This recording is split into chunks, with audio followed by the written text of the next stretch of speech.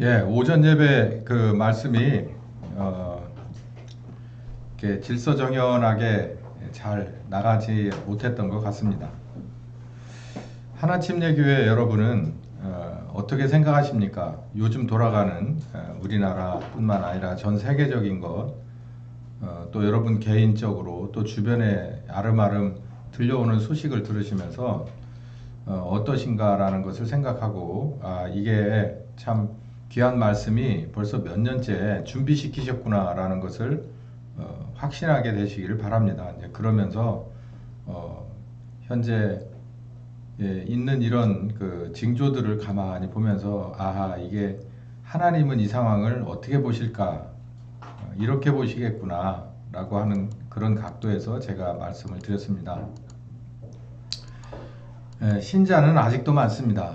교회도 아직도 많고요. 그런데 진정 성령께서 원하시는 정도 수준에, 그 정도로 날카롭고 그 정도로 분명한 정체성을 가진 신자와 교회는 많지 않다. 그런 얘기를 드렸어요. 그러면 이제 원인 파악이 됐으니까 이제 성령께서는 이걸 어떻게 하실 작정이신가라고 하는 것을 오늘 오후에 말씀을 좀 드려보겠습니다. 교회는 빛과 소금의 그런 제조처입니다. 군수공장이죠. 성령께서 원하시는 것은 바로 이거예요.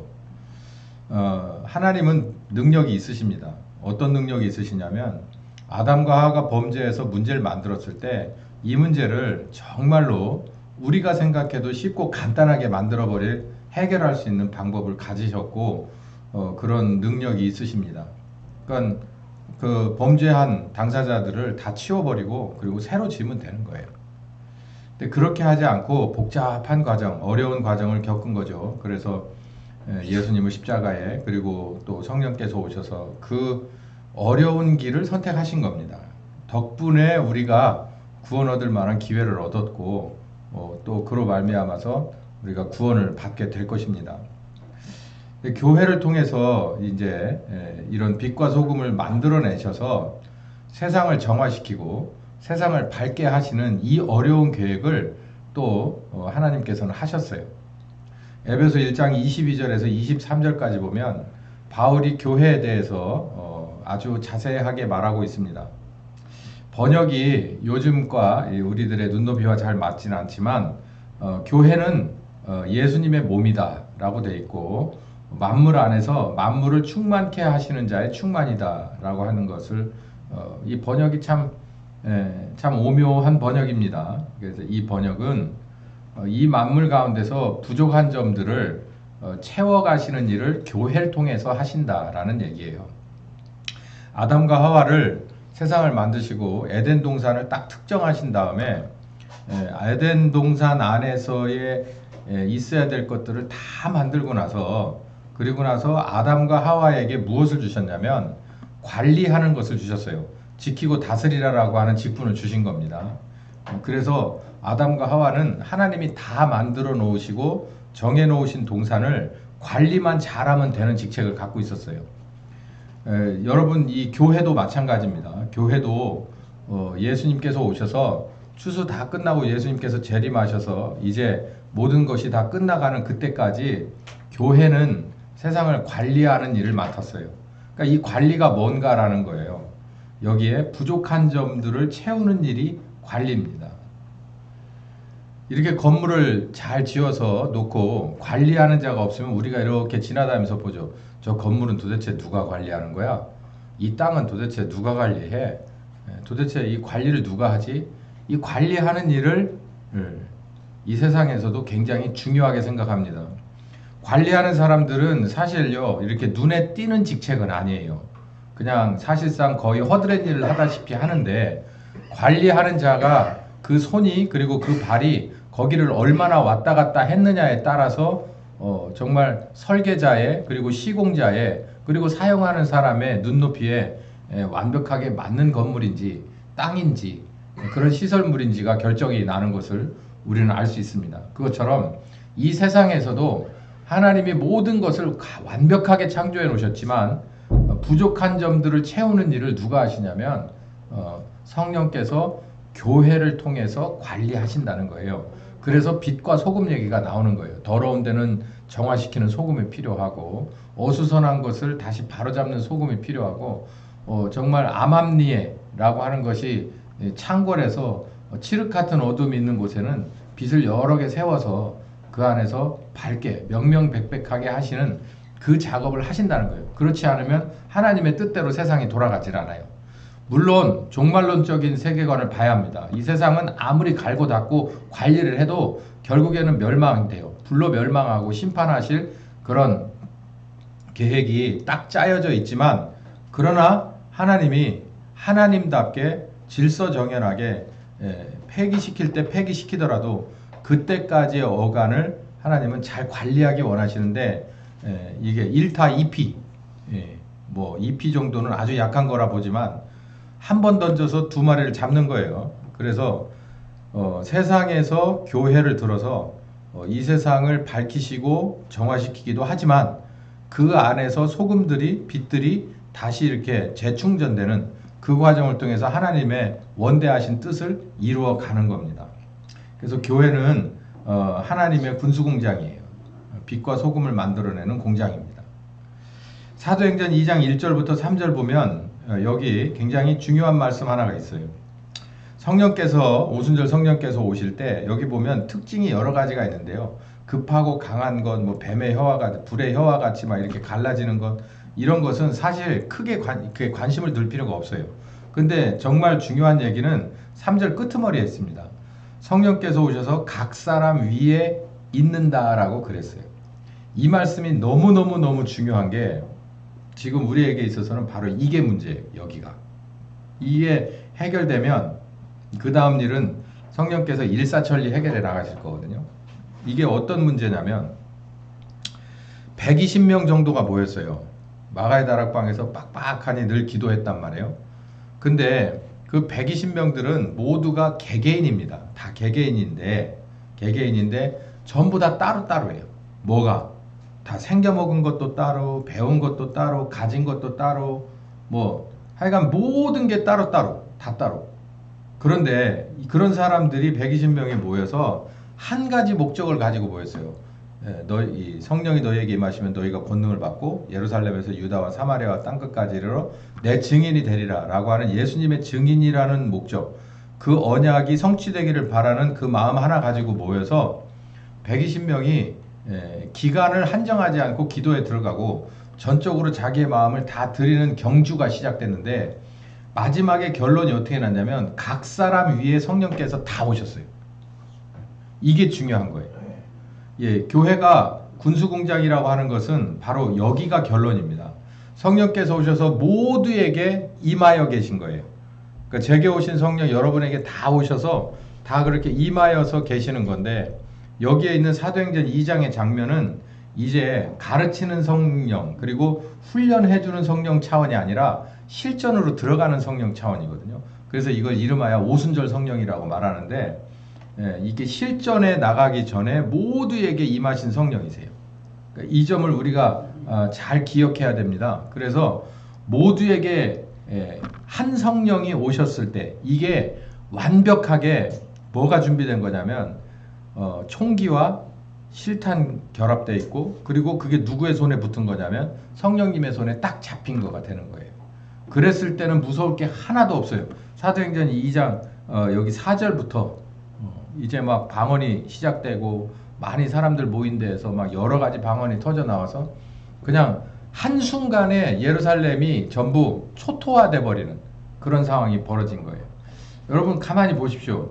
교회는 많고 실탄이 적다 그랬잖아요. 절름발이 교회란 얘기죠. 아쉬운 게 꽤 있어요. 그게 뭡니까? 거짓말을 밥 먹듯이 하면서도 교회 와서는 신자인 척 하는 거예요. 또 그런 성도들을 별로 호되게 꾸짖지 않는 목사들도 더 큰 잘못이 있습니다. 우리가 뻔히 볼 때 현실이 이렇게 된 건 저 위에서부터 독극물이 섞인 물이 내려왔다는 것을 알 수가 있는데, 성령께서는 우리를 통해서 그걸 정화시키고 그 어두운 곳을 밝게 명명백백하게 하실 일이에요. 그래, 그 일을 위해서 우리는 여기까지 달려가야 된다는 거예요. 교회를 통해서 일하신다는 거죠. 갈라디아서 3장 24절에서 27절은 또 우리에게 있어서 굉장히 중요한 말씀입니다. 여기 율법이 나오고 또 몽학선생 밑에서 공부하는 것이 나오고 그리고 그리스도 앞에 침례를 받는 요 세 가지 키워드가 이 안에 들어있는데요. 율법이라고 하는 것은 뭐냐면 아까 제가 여기 말씀드린 대로 성령께서 우리 모두에게 오셨을 때 이게 완성된 형태를 말하고 이렇게 모두에게 오셔서 그 사람과 이제 떨어지지 않고 한 마음 한 뜻이 된 때를 이 결론 결과형이 여긴데 그렇게 되기까지는 율법 그리고 몽학선생 그리고 그리스도 앞한 침례라고 하는 이 세 가지 징검다리를 건너가야 거기까지 가는 겁니다. 그러니까 진짜 우리도 이 가운데서 어딘가에 지금 멈춰서 있고 우리가 바라보는 세상 이제 뭐 요즘 제가 아주 독하게 쏘아붙였잖아요. 거기에 니네가 옳고 그름을 분명히 알면서도 거짓 증거하고 투표를 한 것은 하나님 앞에 가서 책임져야 될 거다라고 제가 아주 센 소리를 했잖아요. 그거 사실입니다. 그렇게 해야 돼요. 그 우리라고 안 하냐?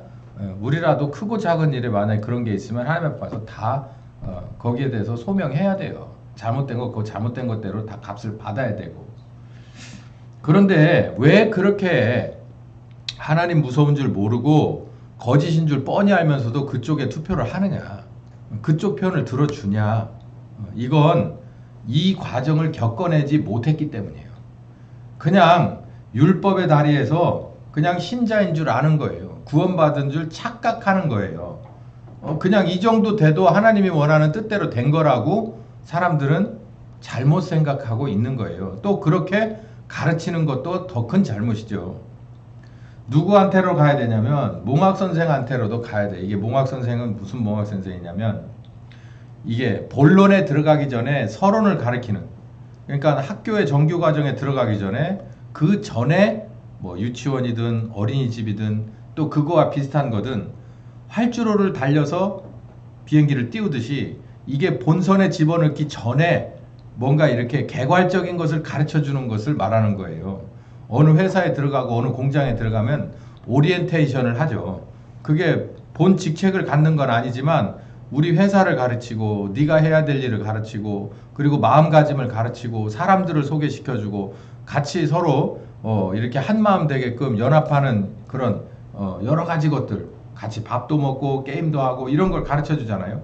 그것처럼 몽학선생 아래 하나님의 나라의 사람으로서 기본적인 자세들을 아주 아주 건조하게 그리고 아주 딱딱하게 배웠어야 되는데 그런 일이 없어요. 요즘 교회는 물렁에 터졌고 너무나도 구멍 숭숭 뚫려 있어가지고 이게 뭐 알면서도 눈 감아주고 모르고도 눈 감아주고 그런 식이에요. 정말 이루 말할 수 없는 것들이 세상에서도 눈을 찌푸리고 그냥 외면해 버릴 만한 일들이 교회 안에서 일어나는데 목사는 다 알아. 그런데도 그거에 대해서 참견을 하지 않아. 기도할 뿐이지. 그건 아닌 겁니다. 그러니까 몽학선생직도 하려면 똑바로 해야 돼요. 안 그러면 그냥 그만두고 딴 걸 하든지. 율법의 울타리 안에도 제대로 들어가 있지 못하고 몽학선생 안에서 제대로 틀 잡혀서 각 잡혀서 배우지도 못하고 그러니까 뭐 그리스도 앞하여 침례를 어떻게 받아요? 그리스도께서 오셔서 침례를 같이 받자 내가 너와 같이 십자가에 죽고 내가 너와 같이 부활할 준비가 다 돼 있다. 그런데 본인이 할 생각이 없어. 본인이 전혀 그럴 생각이 없어요. 자기의 뜻과 자기의 가치관을 절대로 버릴 생각이, 부인할 생각이 없어. 근데 예수님이 어떻게 그 사람하고 같이 십자가를 져줍니까? 이런 일들이 교회에서 일어나야 되는데 교회에서 일어나지 못하고 있다는 거예요. 안 하고 있다는 거예요. 그러니까 이 점들을 깨우쳐 주는 일을 누군가가 해야 한다라는 얘기입니다. 처음에 성령께서 오셨을 때는 예수가 그리스도인 것을 가르쳐 줬어요. 그냥 선언하시는 거였어요. 그리고 같은 공동체 안에 들어가 있던 거였어요. 그러나 이제 추수하실 때 성령께서 오실 때는 이제 어떻게 해야 알곡이 되는지를 정확하게 손에다가 들려주는 교회여야 한다는 거예요.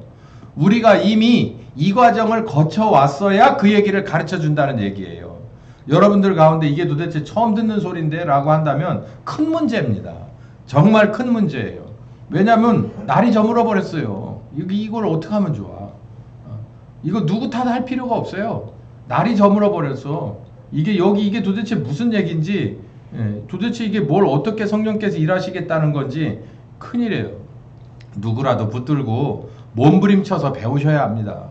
누구라도 붙들고 어떤 봉학 선생이라도 붙들고 배우시고, 그리고 성령님과 함께 합해서 침례를 받아서 새롭게 창조되는 경험을 하시지 않으면 어떻게 성령님을 따라서 예루살렘에서 땅끝까지 갈 수가 있겠습니까? 못 가는 거죠.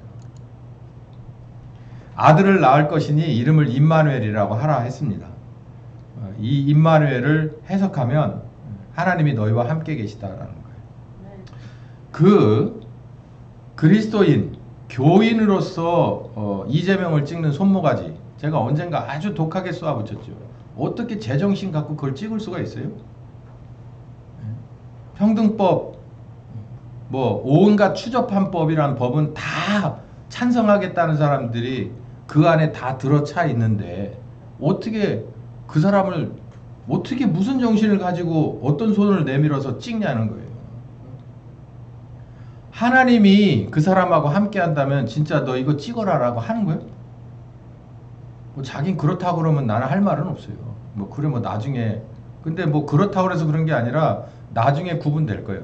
내가 진짜 찍으라고 한 손모가지인지 아니면 마귀 새끼가 찍으라고 한 손모가지인지 그때 가서 알 수 있는데, 최소한 다른 건 다 접어치고 이모저모를 다 접어치고 교회에 피해되는 것, 네? 내가 정말 어마어마한 신자가 아니더라도 어떻게 지네 집에 그 기둥뿌리를 이렇게 큰 망치로 부셔버리겠다고 하는데 망치 갖다 주는 놈이 어딨어?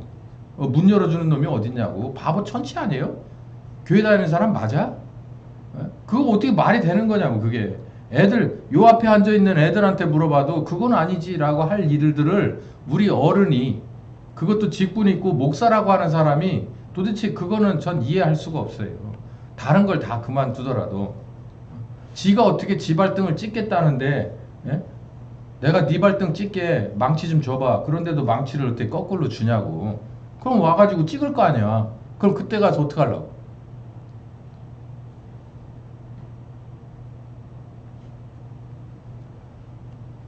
저기 수도권에 가면 그 어떤 목사가 하나 있어요. 성은 소시요. 이 양반이 웃기는 게 뭐냐면, 코로나 때 온라인 예배 안 드리는 거 그거 잘못됐다고 강력하게 정권 편을 든 사람이에요. 여러분, 그 사람이 엊그제 나와서 뭐 하신 줄 아세요? 그 사람이 나와서 평등법 이거는 안 된다고 얘기해요. 앞뒤가 맞아요? 분별력을 가지셔요. 근데 그 교회 사람이 우글우글해. 네? 분별력을 가지세요. 여러분이 분별하셔서 제가 이게 앞뒤가 안 맞으면 여러분은 빨리 다른 몽학 선생을 찾아가야 됩니다. 아니 여러분 이런 거는 굉장히 얍삽빠르게 움직이잖아요. 학원을 딱 보내봤더니 우리 애하고 저 선생님은 유명하긴 한데 잘 안 맞아. 그러면은 한두 달 보내보다가 얼른 찾아서 딴 데로 보내지 않습니까? 병원도 마찬가지고 한의원도 마찬가지잖아요. 남들은 유명하다고 하는데 내하고는 잘 안 맞아. 그러면은 얼른 움직여 버리잖아요. 조용히 사라져 버리잖아. 그거 완전히 구단이잖아. 전 세계에서 우리나라 사람들처럼 눈치 빠른 거예요, 그거. 근데 왜 교회는 안 그럽니까? 왜 목사들한테는 그럽니까? 그거요, 둘 다 죽어요. 소경이 소경을 인도하면 둘 다 같이 구덩이 빠진다고 그랬어요. 따라가는 사람 잘못 없다? 그렇지 않아요. 자기 거 자기가 결정하는 거예요. 이처럼 분별력이 굉장히 중요한 겁니다.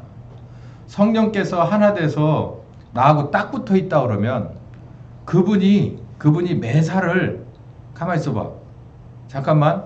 그러고 생각해 주시고, 야 이거 이렇게 해야 되는데 이것 때문에 하지 말았으면 좋겠어. 아 맞다. 이것 때문에 안 해야 되겠네. 라고 하는 이게 바로 임마누엘이에요. 임마누엘이 뭐게? 도대체 임마누엘이 뭐게? 아기 예수로 오셔가지고 우리를 위해서 십자가, 그건 천주교 차원이에요.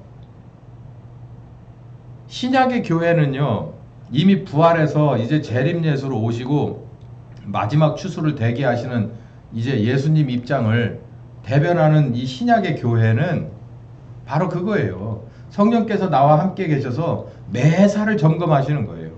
내가 알아서 이쪽으로 투표를 하든지 저쪽으로 투표를 하기 전에 이거를 하나님의 관점에서 알려주는 거예요. 하나님은 이쪽으로 이렇게 보고 있는데 이거는 옳고 이건 그르다라고 하는 분별력. 분별력은 책에서 나오는 게 아니에요. 분별력은 누군가 가르쳐 주는 것도 아니고 성령께서 주시는 거예요.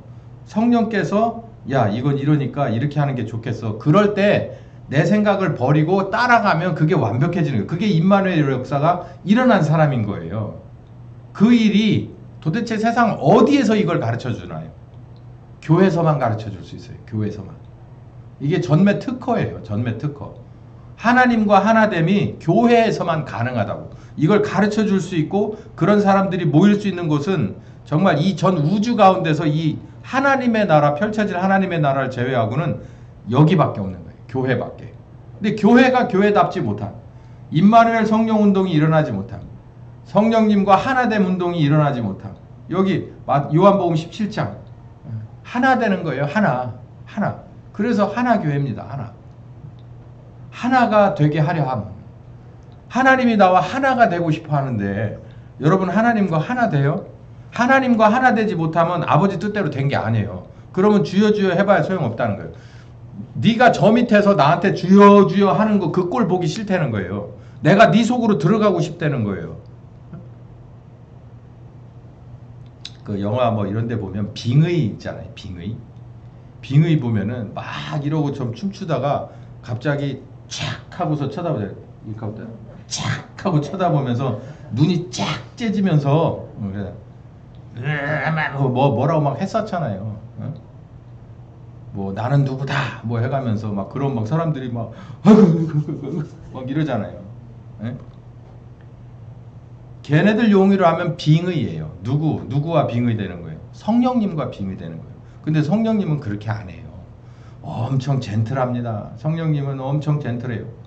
속에 계시면서도 굉장히 날카로운 얘기를 하시면서도, 그러니까 외유내강, 성령께서 오셔서 뭔가를 하더라도 밖으로 드러나는 것은 절대 크게 표시가 나질 않아. 어떤 게 표시가 나냐면 결론적으로 좌측이냐 우측이냐, 결론적으로 1번이냐 2번이냐 할 때 하나님 쪽에 딱 결정이 나는 거예요. 나는 그쪽으로 가는 거예요. 예수님도 마찬가지예요.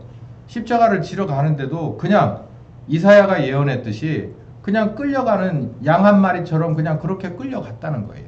예수님 뭐 거기에다 막 크게 뭐 이런 거 저런 거 안 하고 그냥 그렇게 순순하게 딸려갔다는 거예요. 왜? 그게 하나님 뜻이니까.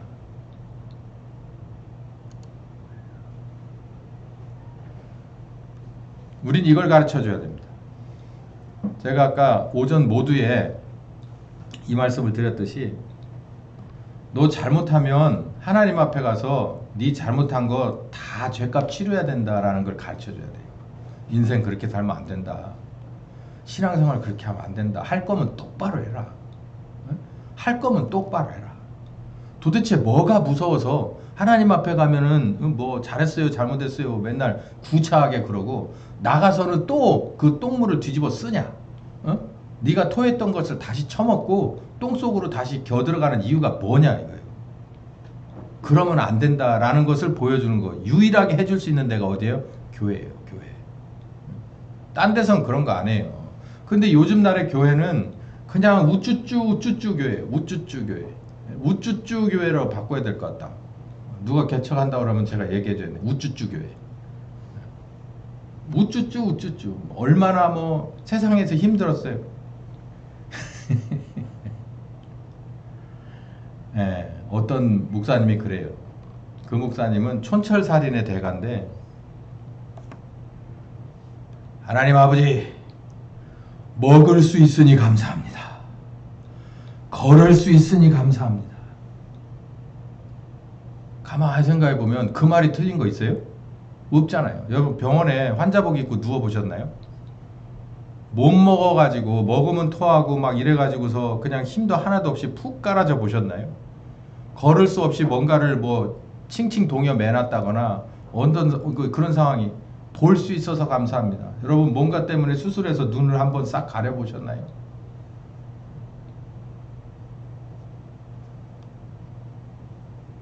감사할 것 투성이죠.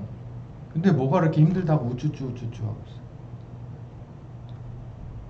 우리는 죽음도 가치가 있어요. 왜냐하면 죽으면 어디 가는 거예요? 하나님 앞에 가네. 그러니까 죽음이 행복한 것으로 끝나는 거예요. 근데 도대체 세상에서 우리가 손해볼 건 뭡니까?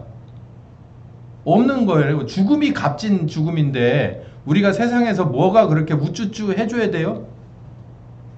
아유, 그러면 뭐 그냥 그렇게 사람이 냉정해서 쓰겠어요. 아, 그 말씀은 또 일리가 있기는 해요. 그러나 밑도 끝도 없이 무조건 우쭈쭈.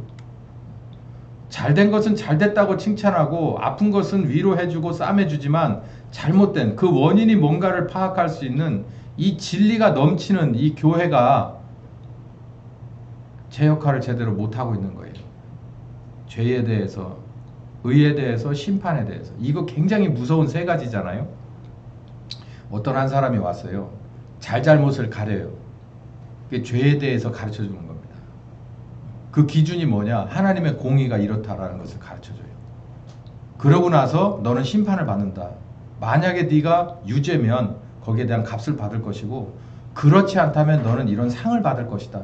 이걸 성령께서 가르쳐주는 데가 교회인 거예요. 이게 우리는 이 교육을 잘 받았어야 돼요. 그리고 이로 인해서 뭘 안 해야 되냐면 보든지 안 보든지 이거는 내가 만질 수 있는 거, 못 만지는 거. 이건 내가 만져서 먹을 수 있는 거, 못 먹는 거. 이건 입지 말아야 될 거, 입어야 될 거.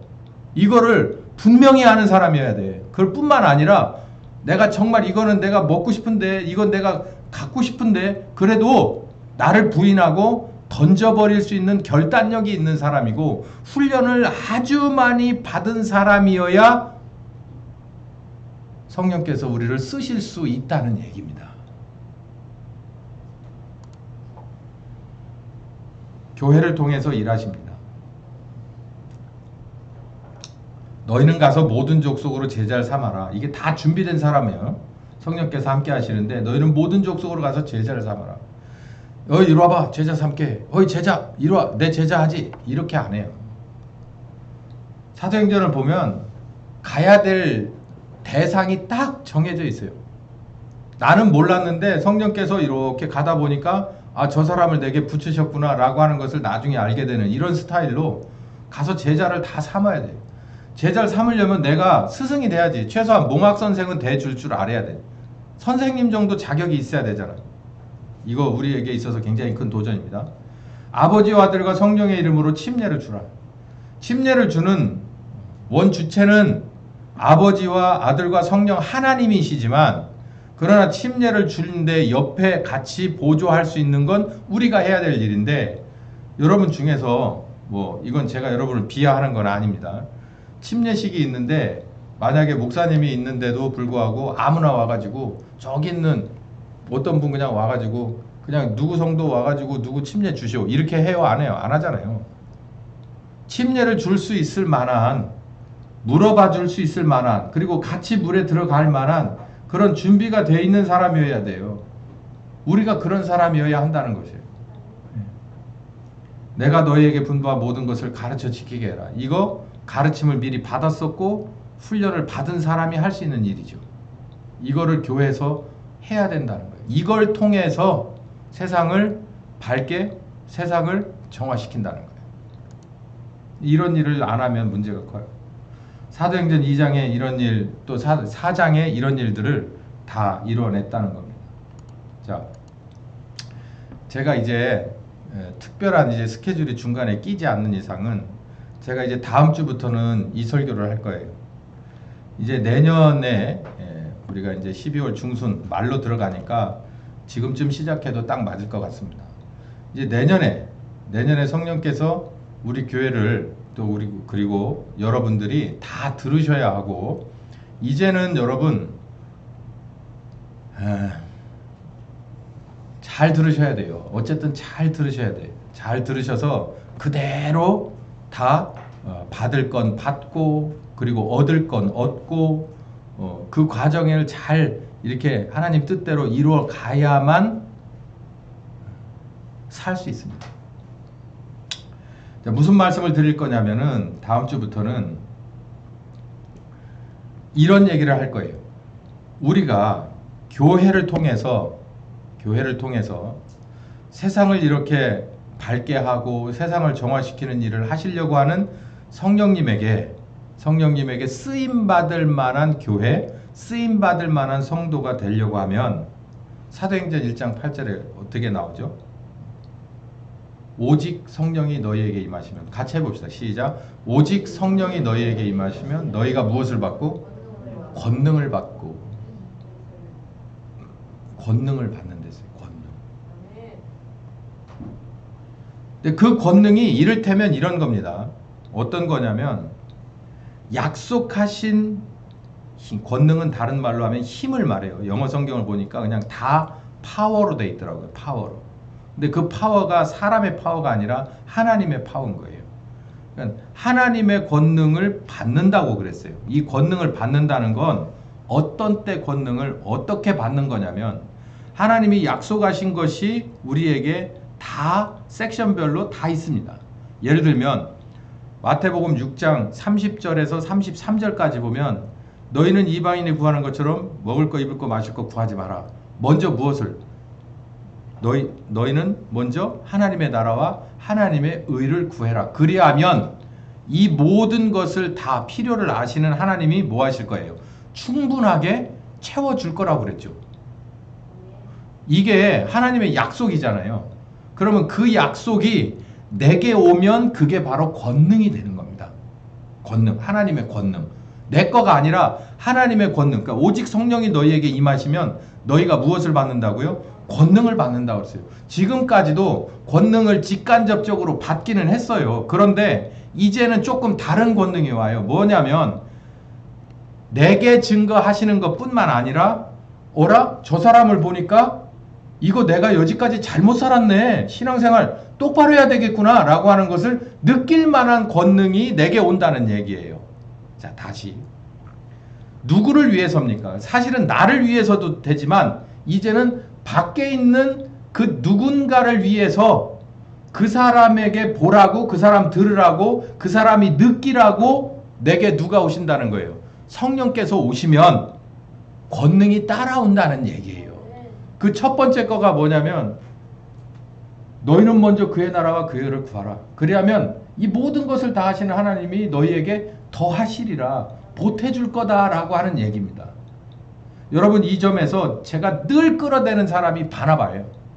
바나바가 어떤 사람이냐면 어떻게 하다 보니까는 그냥 뜬금없이 바나바 얘기가 딱 나오고 이제 그 뒤에 이제 사울의 바나바가 이제 바울의 동역자가 이제 나중에 되는데요.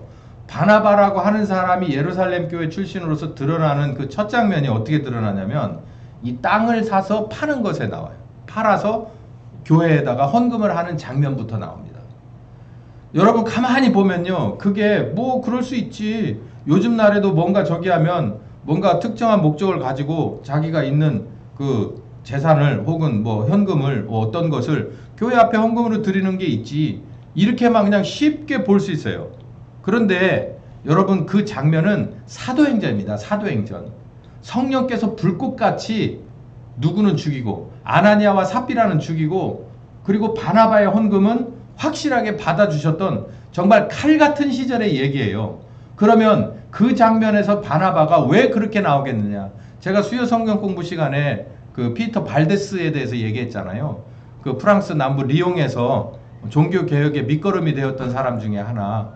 그 사람도 비슷한데요. 자기가 은혜를 받고 충만하게 받아지자 뭐 했다고요? 자기의 전 재산을 다 내놔버렸어요. 뭐 보통 사람들은 가난한 사람들을 위해서 내놨다고 하는데 하나님 앞에 그게 내놓은 거예요. 하나님 앞에 내놓고 그리고 자기는 무엇으로? 그냥 없는 걸로 따라다녔어요. 없는 걸로. 근데 저는 사도행전처럼 사도의 관점에서 발데스를 보고 글을 쓰지 않고 그냥 일반 믿는지도 안 믿는지도 모르는 사람이 그냥 아주 건조하게 그 발데스의 일대를 써서 그렇지 사도행전을 쓴 누가의 관점에서 봤다면 저는 누구하고 비슷하게 보이냐면 바나바하고 비슷하게 보인단 말이에요. 바나바가 성령이 임했어요.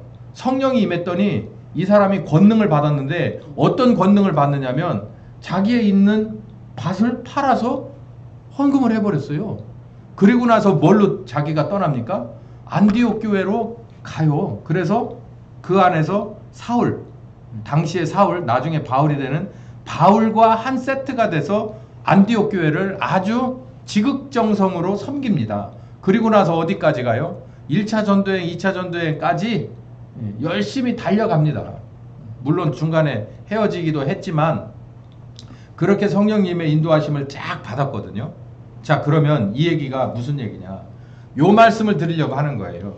바나바가 그냥 자기 거 자기가 주머니에 넣은 채로 그냥 놔두고 예루살렘 교회에서 그냥 평범하게 왔다리 갔다리 섬기고 이 정도만 있었으면 그 다음이 있었을까요? 없었을까요? 없잖아요. 근데 성령께서 임해가지고 그 안에다 도대체 뭐라고 동기부여를 해줬는지 모르지만 바나바가 결단을 하고 뭐를 했다고요? 자기 밭을 내놔버렸어요. 내놔버리고 어떻게 해요? 그냥 떠났어요. 성령님 따라서 떠나버린 거예요. 그러면 그게 어디에 적용되냐면 사도행전 2장 8절에 오직 성령이 너희에게 임하시면 너희가 뭘 받는다는 거예요? 권능을 받는다는 얘기예요. 권능을. 저는 그 권능이 바나바에게 있어서는 권능이 어떤 권능이냐면 코디네이터예요. 코디네이터. 사울이라고 하는 사람을 애초부터 바울이 될 수 있는 길을 열어준 사람이에요. 바나바. 바나바가 아니면 그 사람에게 가서 말이라도 붙였겠어요? 그런데 그 사울을 다소로 보내고 다소에서 안디옥으로 보내주고 그리고 안디옥에 가서 자기가 합세해서 그 교회를 섬기며 그리고 나중에는 전도여행까지 떠나서 전도여행의 1차를 화려하게 마감을 한 그 성령님의 인도하심을 받았던 바나바예요. 권능을 받은 거죠. 저는 바나바의 일생을 보고 헌금한 데만 보지 않습니다. 바나바는 성령께서 임하셨구나. 그래서 바나바는 권능을 받았구나. 어떤 권능? 바울과 함께 바울이라고 하는 모난 사람과 함께 그 여정을 떠날 수 있었던. 저는 바나바가 없었다면 바울이 바울 될 수 있었을까요? 쉽지 않아 보입니다. 이 파트너가 굉장히 중요하거든요. 바나바와 함께. 사울이 뭐 돈 버는 사람이에요. 사울은 막 아주 정말 이렇게 날카로운 송곳 같아서 그냥 내가 일해서 먹고 살면 먹고 살았지 내가 당신들한테 가서 머리 숙이면서 이 복음을 변질시킬 수 있는 절대로 그럴 수 없는 이라가 바울 서신에 여러 차례 나옵니다. 그런 바울을 바나바 같은 사람이 가서 어르고 달래고 또 설명하고 같이 가지고 같이 화도 내고 같이 울어주고 같이 깨닫고 그러면서 같이 서로 기대면서 사울을 바울이 되게끔 했던 사람 바나바죠. 권능을 받은 사람. 특별히 이제 이 제가 드린 이 구도로 이 뼈대를 가지고 2024년에 우리 교회에서의 권능을 이제 설명을 드릴 거예요. 여러분 이 바나바를 주목하세요. 주목하셔서 2024년에 제가 첫 번째로 내놓을 게 뭐냐면은 우리 여기 있는 이 건물을 다 채무 변제를 해야 됩니다. 채무 변제를 하지 않으면 우리는 항상 발목이 잡혀요. 그래서 이 문제를 정리정돈을 해야 돼. 그러려면 뭐가 필요하냐면 성령님의 권능이 필요해요. 아 이거 저 목사가 이제 본색이 드러나네. 한 20년 목회하더니 본색 드러나는구나. 그래서 왜 그 왕의 재정 뭐 이런 거 그런 것도 한번 가서 보시고 제 얘기하고 좀 비교도 한번 해보세요. 근데 여러분 하나님이 뭔가를 하실 때 분명히 필요한 아주 기본적인 게 뭐냐면은 이 펀드 자금입니다. 자금이 필요한데 그 자금을 예를 들어서 제자들이 그랬어요. 예수님 우리가 저기 성전세를 내야 예루살렘 들어가는데 야 가서 낚시 던져봐. 잡으면 고기가 한 마리 잡힐 건데 그 아가미를 열어봐. 그거 열어봤더니 동전이 들어있는 거예요. 세상에 그런 일은 없습니다. 근데 그런 비슷한 일은 있을 수 있어요. 예. 어떻게 있을 수 있냐면 여러분이 하시는 일 중에서 권능이 임하면 돼요. 권능이. 아 목사님 내년 3월쯤 되면 우리나라 부도 난다며요. 제가 드린 말씀이에요. 길면 5월. 부도까지는 아니라 하더라도 부도에 준하는 상황이 발생할 건데 놀라지 마시라고 제가 이렇게 자리에서 녹화되는데 얘기한 적 있나? 정신 차리세요. 내년 3월에서 5월쯤 되면 다시 한번 큰 쓰나미가 옵니다. 이 상황이 잘 정리가 되든 안 되든 상관없어요. 내년 상반기, 늦어도 상반기 끄트머리 가서는 한번 와장창 주저앉습니다. 저는 그걸 미리 고민을 했어요. 그랬더니 성령께서 주신 답이 성령이 너희에게 임하시면 너희가 권능을 받는다는 얘기예요. 권능. 권능이라는 건 세상에 객관적인 사람들이 봤을 때 저게 무슨 힘이야. 나도 있어. 내가 전화하면 돈 빌려주겠다는 사람 많아. 이건 권능이 아니에요. 그거는 다 할 수 있는 일이에요. 근데 할 수 없는 것, 모두가 힘을 합해봐도 이건 가망이 없는 것. 우리는 여기 온 지 한 10년 됐는데 10년 동안 이자만 냈어요. 근데 이 어려운 때 정말 세상이 다 한번 뒤흔들어질 것 같은 제2의 IMF 비슷한 게 올 것 같은 상황에 이걸 한다 우리가? 어려운 얘기죠. 인간적으로 보면. 근데 성령이 너희에게 임하시면 너희가 권능 받는다는 말씀 붙잡으면 됩니다. 예. 왜 그럴까요? 우리를 위해서일까요? 여기 들여보낼 때 우리를 위해서도 있습니다. 예. 우리를 위해서도 있어요. 저를 위해서도 있고 여러분 한 사람 한 사람을 위해서도 있습니다. 근데 크게 따지고 보면 누구를 위해서입니까? 아버지 뜻대로 되기 위해서예요. 이 세 가지가 맞아 떨어진 거예요. 그러니까 하나님 편에 서 있으면 다 이게 우리에게 보태기가 되는 거예요. 이번 것도 마찬가지예요. 여러분 이렇게 생각하시면 돼요. 여러분이 권능을 받으면 돼요. 여러분에게서 나오는 게 아니라 하나님에게서 오시는 권능이 여러분에게 임하시면, 다시 말씀드려서 성령이 너희에게 임하시면 너희가 권능을 받는다 그랬어요. 성령이 임하신 표가 뭐라고요? 권능이라는 거예요. 권능. 그 중에서 가장 기본적인 게 뭐의 권능이냐면 이 재무적인 거예요. 재무. 돈이라 돈. 이 권능을 받게 된다는 말이에요. 이건 우리에게도 정말 계산해봐도 이제는 이게 원금 상환을 해야 될 때가 됐고 이런 계산 속이 아니라 우리는 하나님의 편에 서서 야 하나님이 홍해를 갈라서 우리를 열로 집어넣듯이 이제는 다시 요단을 갈라서 이 문제를 해결하겠다 라고 하시면 우리가 그 편에 서 있으면 우리에게 뭐가 오는 거예요? 권능이 오시는 거예요. 권능이. 문제는 내가 그 권능 받을 만한 준비가 돼서 그 앞에 서 있느냐가 중요한 거지. 교회를 통해서 일한다는 게 바로 그거예요.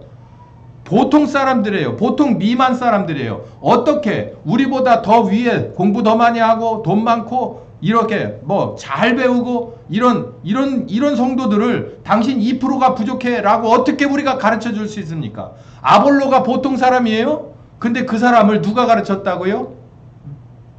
브리스길라 아굴라 집사가 데려다가 가르치고 침례를 줬어요. 성령 침례를 줬어. 안수해서 기도하니까 성령께서 임하셨다고. 아볼로가 어떤 사람이에요? 아볼로는 선생이었어요. 당시에 초대교회 선생이었다고. 선생. 거의 사도급이었어. 사도급. 그런데 누가 가르쳤다고요? 아나니아하고 삽비라. 누구 따라다니던 바울 따라다니면서 같이 자비랑 선교하던 아나니아 삽비라가 아니라 브리스길라와 아굴라가 가르쳤다고요. 우리가 아볼로와 같은 사람을 데려다가 당신 정말 죄송하지만 혹시 이런 거 생각해 보셨습니까? 라고 전곡을 확 쑤셔주려고 하면 인간적으로는 안 돼요. 그런데 누가 오시면 해요? 성령께서 오시면 해요. 권능을 받으면 해요. 남들이 봤을 때 그래요. 저기서 뭐가 되겠냐고. 우리 여기 들어올 때도 주변 사람들이 다 그렇게 봤을 거예요. 저 사람들이 이 건물을 어떻게 유지할 거냐고. 도대체 이게 가능할까? 라는 거예요. 그런데 우리 여기까지 해왔어요. 우리가 한 겁니까? 성령께서 지금까지 했어요. 이제는 한 발자국 더 뛰겠다는 거예요. 이제 봐라.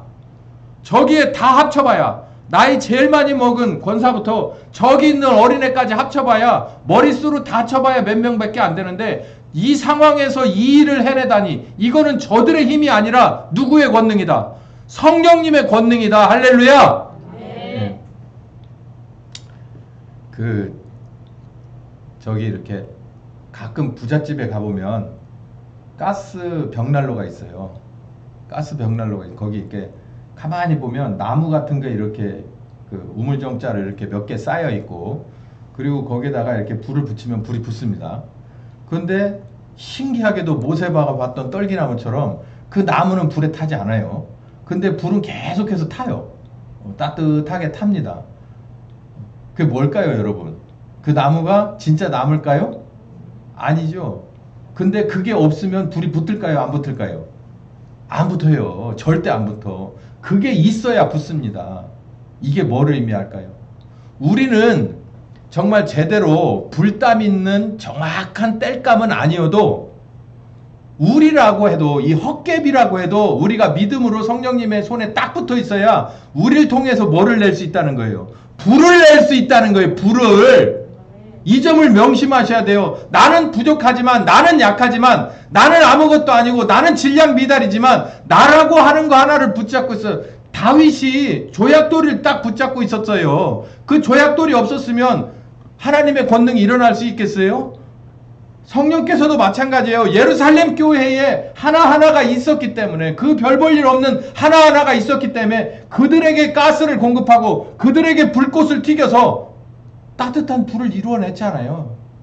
예루살렘 교회를 이루어냈잖아요. 하나님의 사역을 다 해냈잖아요. 우리도 마찬가지예요. 여러분의 손에 의심이 있습니까? 당연히 있을 수 있어요. 저부터 의심이 있어요. 제가 어떤 놈입니까? 제가 이 돈이라고 하는 것에 대해서 정말 저처럼 소극적인 사람이 없어요. 그런데 제가 앞으로 이렇게 될 거를 뻔히 알면서 제가 기도하면서 혼자 끙끙 앓았어요. 근데 성령께서 그러시는 거예요. 너희가 권능을 받고, 이거를 툭 던져주시는데, 주시면 그냥 일단 아멘하고 받아가지고 이걸 가지고 이제 고민하는 거예요. 권능을 받고, 그게 뭐예요? 권능 좋은 건데, 그런데 딱 그 다음에 또 오는 게 뭐냐면, 이 문제부터 해결해라. 니네 발목 잡고 있는 이 건물 문제부터 해결해라, 이거예요. 그러고 나니까 이걸 어떻게 하실까? 우리 들어올 때도 사실은 권능으로 들어왔죠. 이것도 다 깨닫고 여러분에게 드린 말씀에 깨닫고 또 그 다음에 여기 그냥 있어서 주여 하는 거. 저 여기 9시부터 한 30분 동안 그래서 주여만 하는 것 같아도 별 소리 다 합니다. 속으로는. 여러분 여기다 마이크 대고서 제가 하는 기도 들으면 여러분은 태연이보다도 태연이가 뭐야? 유건이 정도 수준의 기도를 해요. 돼요, 안 돼요? 그거 갖고 되겠어요. 막 주여 하면 그 안에서 별소리 다 나오는 거예요. 이게 도대체 어떻게 되는 건데요? 그랬더니 너희가 권능을 받으면 되잖아. 권능을 받으면 되잖아. 이런 거구나. 첫 번째 걸 제가 알려드렸어요. 여러분이 마음가짐이 중요해요. 우리가 그 화로 안에 껍데기라도 얹어져 있지 않으면 무한 공급되는 가스가 있어도 거기다가 불을 튀겨도 아무 소용이 없는 거예요. 우리가 거기에 나는 이제 이 난로에서 활활 타올라서 누군가가 와도 따뜻하게 해주고, 그리고 정말 누군가가 와도 밝게 빛나주고 그러한 장작으로 쓰임을 받을 것이다. 성령님과 하나 되어 갈 것이다. 라고 하는 이 믿음이 있으면 여러분의 그 껍질 갖고도 뭘 하신다는 거예요? 일하신다는 거예요. 이게 권능이에요. 이게 권능. 하나님의 권능은 바로 그런 거예요. 뼈다귀 같은 것들이 있어도 다 모여져서 하나로 되니까 바람이 싹 불어와가지고 뭐가 됐다고요? 군사가 됐다는 거예요. 군사가.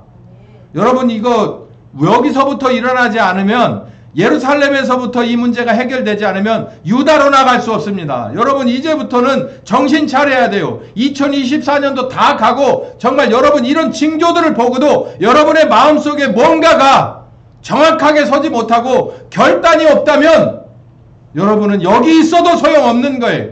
저 밖에 있는 거나 똑같은 사람일 것이에요.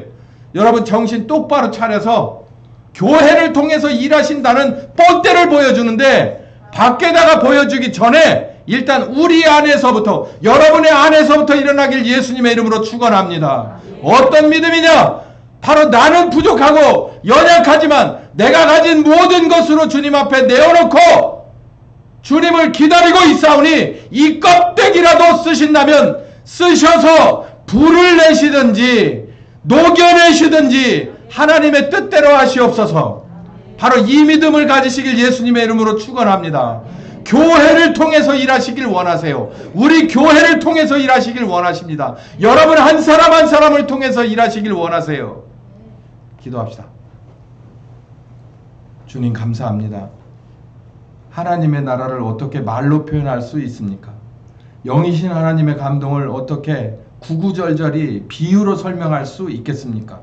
성령 하나님 저에게 주셨던 그 많은 비전과 속속들이 하나하나의 디테일들을 우리 모두에게 공유해 주셔서 이들도 눈을 뜨고 마음이 열려 주님을 바라보고 결단력 있게 일어설 수 있는 우리 모두로 만들어 주시옵소서. 감사하고 예수님의 이름으로 기도했습니다.